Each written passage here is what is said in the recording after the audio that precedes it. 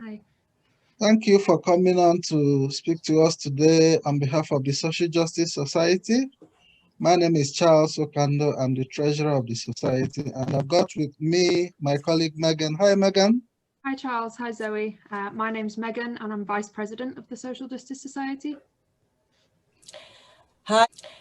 Hi, and thank you so much for inviting me to come and speak at this fantastic event that you've organised and giving me the platform to talk about my social work research. Thank you. Thank you, Zoe. Can you introduce yourself to us? Yeah, so I'm one of the social work lecturers at the University of Bradford, and I'm here today to talk about my social work research, which is about the importance skin colour and hair texture has to children and young people who are Black, and about how social work understands that and navigates that. So I'm at the end of my PhD. I mentioned earlier, I think in the lecture, I feel like I've been at the end for ages. So I've collected my data, pretty much analysed my data, and I'm just in the process of putting the thesis together. So I'm in a position now to talk about my findings and talk about what I've learned. Brilliant. Thank you, Zoe. Megan, do you want to take the first question? Yeah, of course. Why did you write the article, and what made you so passionate about it? So I wrote the article because I was actually approached by the Cities and Young People's editor from The Conversation. And The Conversation is it's like an online magazine about research. And the request was made at the time the Black Lives Matter movement was in the media again. I mean, they've never gone away really, but in the public spotlight, about again, the police brutality and murder of Black people. So the article was timely and it gained quite a lot of interest online. On Twitter, there was quite a buzz about it. And some of the comments, on below the article in The Conversation. So there was a real appetite for, what I was doing in my research and why I think it's important for social work. And there'd been a lot of interest and requests as well in terms of, briefing sessions, so not dissimilar to this kind of thing. I did something yesterday for CAFCAS and requests for training for foster carers and social workers and this kind of thing. And also around the similar time, the editor from BASWA's Professional Social Work magazine contacted me and asked if he could publish the article in their online magazine. And that was published during Black History Month in October. So that's really why I wrote the article. I'm glad that I did. And the reason I'm so passionate about it is because I think it's a really important issue. I think it's a really important issue for social work. And, as a Black woman, I have first-hand experience and lived reality in terms of what skin colour and hair texture mean to me, and why they're important factors in my life and about my Blackness and my identity as a Black person. So really it's something that I've been doing my whole life. So I think that's where the passion comes from, really. So, I came to the PhD with my own experiences, my history, my family stories and tales, and also just knowing that there's a social and cultural significance to skin colour and hair texture for Black people. And that's, it's not just now, it's been across time and history as well. Yeah. Thank you. Thank you, Zoe, for that explanation. It really does ring home. So what else do social workers need to know? Yeah, that's a good question. I'm going to answer it in a bit of a radical and maybe controversial way, because, and I think when I get into the answering the question fully, it kind of highlights the fact that for me, and for social work, this shouldn't be just about individual social workers and their practice, and calling social workers out. You don't know this, you don't know that. This is about a whole system change. This is systemic.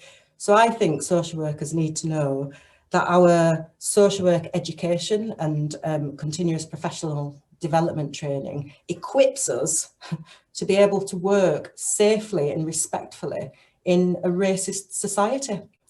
And I think our social work education and continuous professional development needs to equip us in a way that we're able to understand that our society is organised based on race and why it's organised based on race and the impact that has on Black families and children that we work with.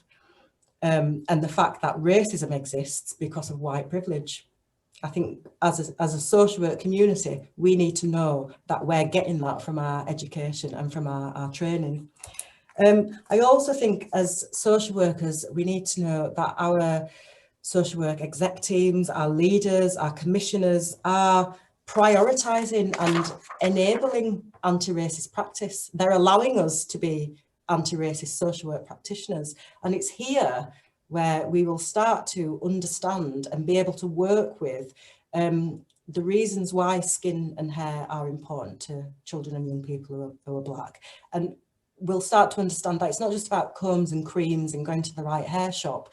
This is about systemic racism, and this is about social work practice, being able to address those issues in order for us to work with children so that we're able to prioritise and promote healthy identities.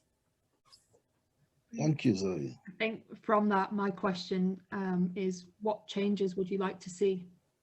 Yeah, another really great question. So first of all, I'd like to see a massive pay rise for social workers, and I'd like to see fee waivers and grants for social work students. So in relation to my PhD, I'd like to see modules on the social work education training programs and continuous professional development modules dedicated to exploring racism, anti-racist social work practice, what white privilege means, what privileged professionals means, and how that interplays with how we work with not just Black children, but children, you know, of all ranges of diversity as well. And I'd also like to see social work as a community more broadly, you know, just really leading the way on this national debate. This is about activism. This is why we're social workers. Do we not care about what's happening in society? And I think we really have a platform here and a duty to lead the national debate and to be active here. I agree. Thank you. Thank you. So what exactly is the right way for social workers to ask? Because it's not quite clear. Can you enlighten us more on that? Yeah, and I know we've talked about this in bits and bobs in our modules and just over email as well. And I think it's important to remember that there's no correct or incorrect way to talk about these issues. And I know that there's a lot of professional fear, and this is something that came out of my data collection as well. There's a lot of professional fear about, you know, I don't want to say the wrong thing, I don't want to come across as racist. And my advice there is just don't say the wrong thing and don't be racist, but be open to making mistakes and owning the mistakes and be completely open to a sense of cultural vulnerability. It's okay to not know, and it's okay to ask questions. So I think the right way, I suppose, is to adopt a position of respectful curiosity and genuine interest in the people that we're working with. And that isn't limited to just working with Black children, that's across the board. You know, just be interested genuinely and do it in a respectful way. And I think that's really the starting point. So how would you ask somebody, if somebody was coming to stay in your house and you know that they're just coming, you know, in the clothes that they're standing up in, they haven't got anything with them, regardless of who it is, how would you ask them what they might need? You know, what shower gel do you use? Do you use soap or shower gel? What do you do with your hair?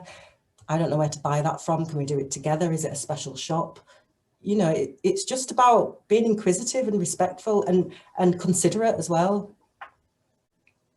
Does that make sense? That does. I think the last question we have for you is, do you have any suggestions of support that we could access to understand this issue better? Yeah, and there's just a couple of things I'd like to say here as well. So I think the importance of, and when I talked about there being dedicated modules and CPD training about racism and anti-racist practice, and I think the important thing is about good reflective training where we are engaging with our own relationship with privilege and marginalisation, not just, you know, as an institution, but also individually, because we do carry those relationships as well. So where am I placed here, and how does that impact on my practice? But also in an organisational sense, where is the privilege and marginalisation there, and how does that impact on our relationships with different groups and communities? So definitely dedicated modules and training where we can engage in some of those discussions. But also, if you haven't already, read my article.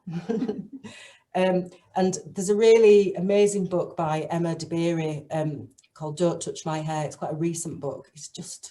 It's fantastic. And she's just amazing anyway. So just anything that she's written, she does blogs and she's done videos and are they vlogs? And she's been on the news, she's done articles for The Guardian, she's really fantastic. She's an academic from SOAS and she's also doing a PhD as well, actually.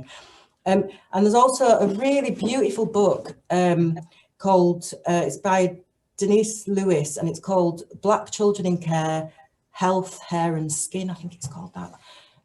But in recent times, you know, when I've started doing some training sessions and briefing sessions, I do kind of know the authors just electronically throughout my my PhD journey, and they have offered a bulk buy discount. I sound like I'm really plugging it now. I don't get any benefit from it at all, but the book it's a beautiful book. It's really easy. There's some gorgeous pictures in there.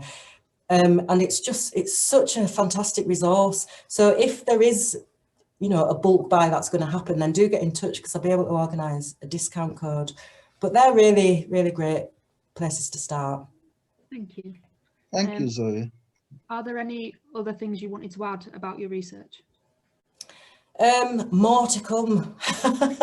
No, I think we've covered it really. I mean, in talking about the detail, I'm prepared to provide briefing sessions, and I did one for Kafkas yesterday and that was really helpful for them.